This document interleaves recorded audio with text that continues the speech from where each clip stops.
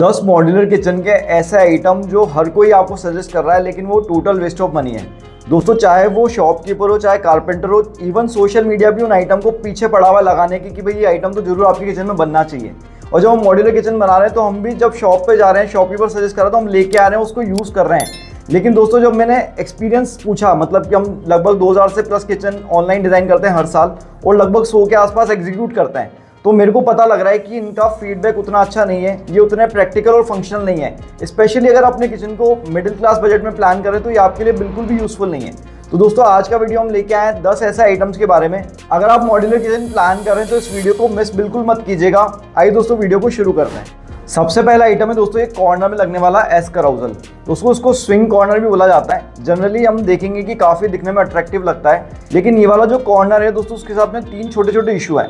पहला इशू ये कि इसके अंदर आप वेट लोड बहुत ज़्यादा नहीं रख सकते, तो आपको बहुत लाइट सामान इसके ऊपर रखना पड़ेगा, क्योंकि इसका जो मैकेनिज्म बना हुआ है वो इस तरह का बना हुआ है कि इसमें ज़्यादा लोड आप नहीं रख पाओगे।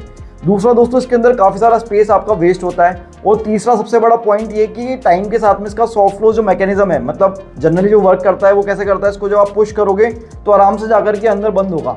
लेकिन टाइम के साथ मैंने देखा है, कई लोगों का एक्सपीरियंस है कि वो सॉफ्ट क्लोज मैकेनिज्म खराब हो जाता है और साथ ही दोस्तों इसकी कॉस्टिंग बहुत ज़्यादा है। तो इन्हीं 4 पॉइंट के कारण मेरे हिसाब से इसको बिग नो कहना चाहिए और आपको एस कराउजल अपने किचन में बिल्कुल नहीं लगाना चाहिए। दोस्तों, आप पूछोगे इसका ऑप्शन क्या है, तो दोस्तों इसके लिए आप मैजिक कॉर्नर फिटिंग यूज़ कर सकते हो अगर आप ब्लाइंड कॉर्नर प्लान कर रहे हैं, तो जिसमें एक साइड से एक्सेस होता है कॉर्नर का। और अगर आप एल कॉर्नर प्लान कर रहे हैं तो नॉर्मल शेल्फ लगा करके अपने किचन कॉर्नर को यूज़ कर सकते हैं या फिर सिलेंडर पुट कर सकते हैं। अगर आप कॉर्नर के बारे में डिटेल्ड वीडियो देखना चाहते हो कि कॉर्नर के क्या क्या ऑप्शंस हैं, क्या बेस्ट स्पेस यूज़ करता है, कौन सा कॉस्ट इफेक्टिव है, तो हमने एक पुरानी वीडियो बनाई हुई, उसका लिंक मैंने डिस्क्रिप्शन बॉक्स में डाल दिया, वहाँ जाके आप किचन कॉर्नर को अच्छे से समझ सकते हैं। सेकंड नंबर पर आता है दोस्तों ये वाला चाइनीज़ वाटरफॉल सिंक।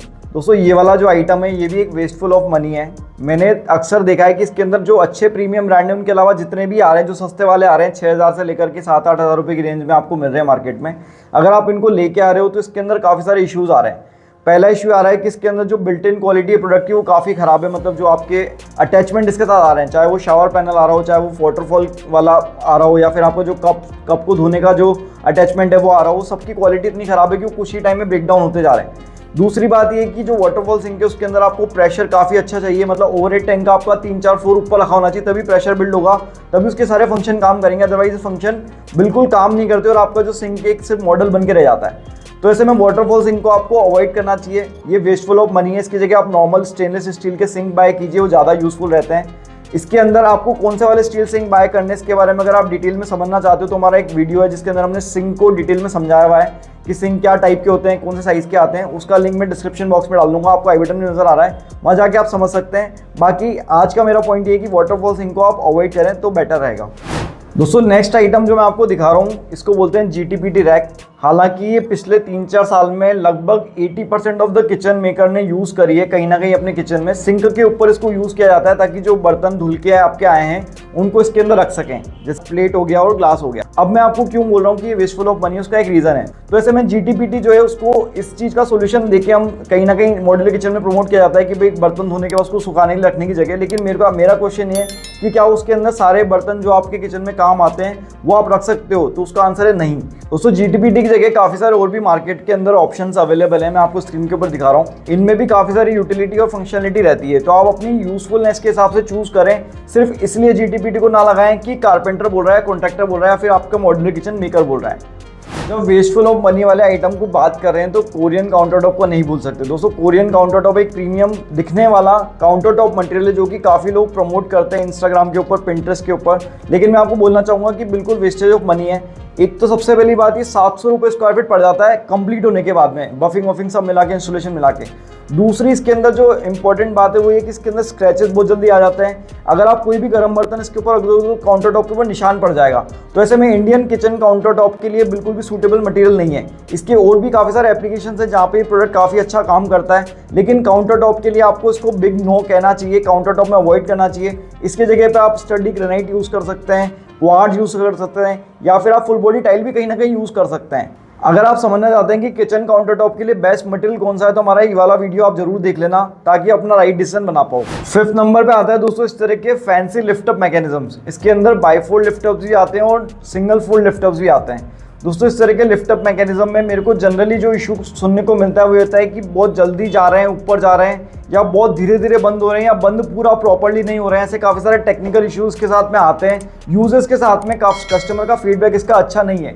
दोस्तों इसके कारण रहता है, जो मेरे को समझ में आया वही आता है कि प्रॉपर तरीके का लिफ्टअप हमने चूज़ नहीं किया। क्योंकि अगर आप ब्लम में या हेफले में या फिर हेटिक में, एप्को में, सभी ब्रांड में चूज़ करोगे तो एक पर्टिकुलर साइज़ के लिए, पर्टिकुलर वेट के लिए पर्टिकुलर लिफ्टअप मैकेनिज्म रहता है। अब जब हम प्रॉपर्ली सेलेक्ट नहीं करते लिफ्टअप को तो ये प्रॉब्लम हमारे सामने आती है। इसकी जगह पे आप नॉर्मल जो मैकेनिज्म वाले आपके ओपनेबल शटर्स रहते हैं उनको यूज़ कर सकते हैं, या फिर जो नॉर्मल गैस पिस्टन होते हैं इसके अंदर प्रॉब्लम कम आती है उनको यूज़ कर सकते हैं। 6 नंबर पे आता है दोस्तों डक्टलेस चिमनी, यानी कि बिना पाइप वाली चिमनी।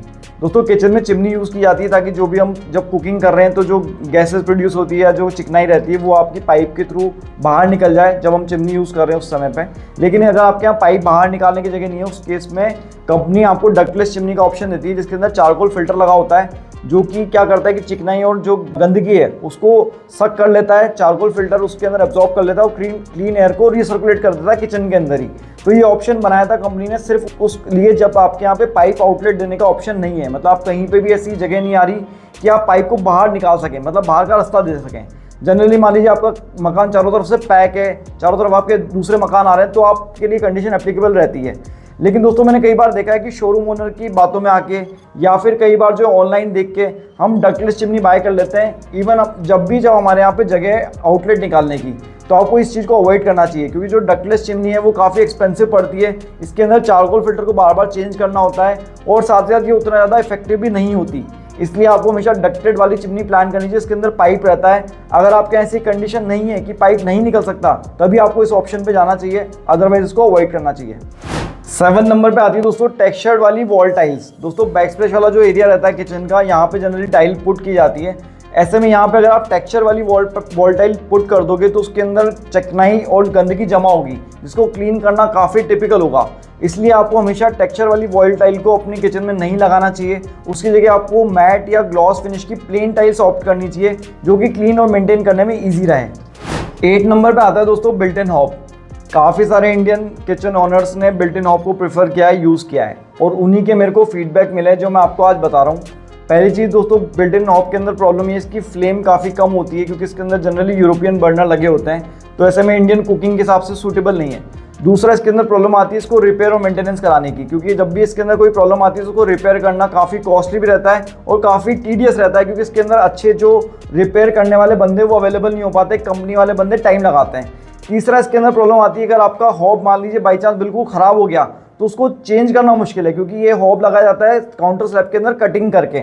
ऐसे में एग्जैक्ट सेम साइज़ का हॉब कई बार नहीं मिल पाता, और ऐसे में हम किचन काउंटर टॉप का होल है उसके अकॉर्डिंग नया हॉब ढूंढना एक चैलेंज बन जाता है। तो इसलिए आपको इंडियन कुकिंग कंडीशन के हिसाब से हॉब को अवॉइड करना चाहिए। उसकी जगह पे आप ग्लास कुकटॉप या स्टील कुकटॉप के काफ़ी प्रीमियम मॉडल्स आ रहे हैं, उनको यूज़ करेंगे तो बेटर रहेगा।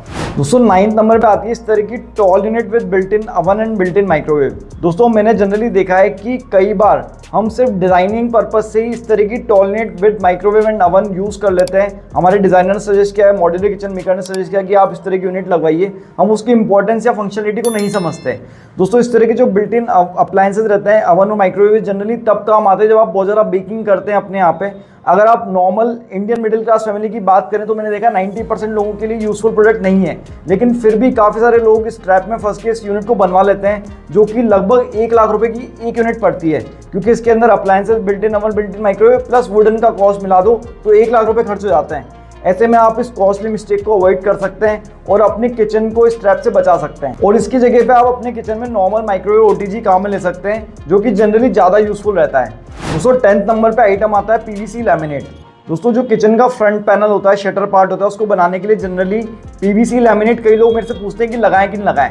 दोस्तों मैंने इसका फीडबैक पता किया जब काफ़ी लोगों से बातचीत करके, तो इसके अंदर बहुत ज़्यादा स्क्रैचेस विजिबल होते हैं और साथ ही साथ इसको पेस्ट करना भी थोड़ा टिपिकल रहता है, क्योंकि इसके अंदर स्पेशल एडेसिव काम आता है। ऐसे में अगर आपने किचन में काम में रहे तो पीवीसी लैमिनेट को अवॉइड कर सकते हैं, कॉस्टली भी पड़ती है ये। इसकी जगह पर आप नॉर्मल लैमिनेट यूज़ करें, वो ज़्यादा बेटर है। अगर आप इनसाइड लगा रहे हैं, मतलब कारकेस के अंदर जरूर आप पीवीसी लैमिनेट यूज़ कर सकते हैं, क्योंकि इसके अंदर जनरली तड़कने की या फिर जो फूलने की प्रॉब्लम है वो नहीं आती। लेकिन बाकी जो फ्रंट शटर का पार्ट है वहाँ पे आप इसको अवॉइड करें क्योंकि इसके अंदर स्क्रैचेस विजिबिलिटी बहुत ज़्यादा होती है। तो पीवीसी लैमिनेट को बिग नो कीजिए फॉर फ्रंट पैनल, इसकी जगह पे आप लैमिनेट यूज़ कीजिए नॉर्मल वाला। तो अगर आप इन 10 प्रोडक्ट में से कोई भी प्रोडक्ट यूज़ कर रहे हैं उसका फीडबैक बताना चाहते हो तो मेरे को कमेंट करके जरूर बताइएगा कि आप कितना रिलेट कर पाए हमारे पॉइंट के साथ में। अगर हमने कहीं पे कोई गलती की है तो उसको भी कमेंट करके जरूर बताइएगा, हम सुधार करने का ट्राई करेंगे। दोस्तों आज का वीडियो हमारा प्योरली था लोगों के फीडबैक के ऊपर, तो इसमें मेरे को किसी को हर्ट करने का मकसद नहीं था। आई होप आपको वीडियो पसंद आया होगा। अगर आप चाहते हैं इस वीडियो को हम सेकंड पार्ट बनाएं तो वो भी बना सकते हैं, क्योंकि अभी भी काफ़ी सारे ऐसे आइटम है जो मैंने इस वीडियो में कवर नहीं करे हैं। दोस्तों अगर आप मॉड्यूलर किचन को प्लान कर रहे हैं और उससे रिलेटेड आपका कोई भी माइंड में क्वेश्चन है, आप डिजाइनिंग कराना चाहते हैं या कंसल्टेशन लेना चाहते हैं, तो ये वाला नंबर आपको नजर आ रहा है, इसके ऊपर आप व्हाट्सएप कर दीजिए, हमारी टीम आपको पूरी तरह से हेल्प करेगी। आज का वीडियो आपने पूरा देखा उसके लिए बहुत बहुत धन्यवाद। Thank you so much.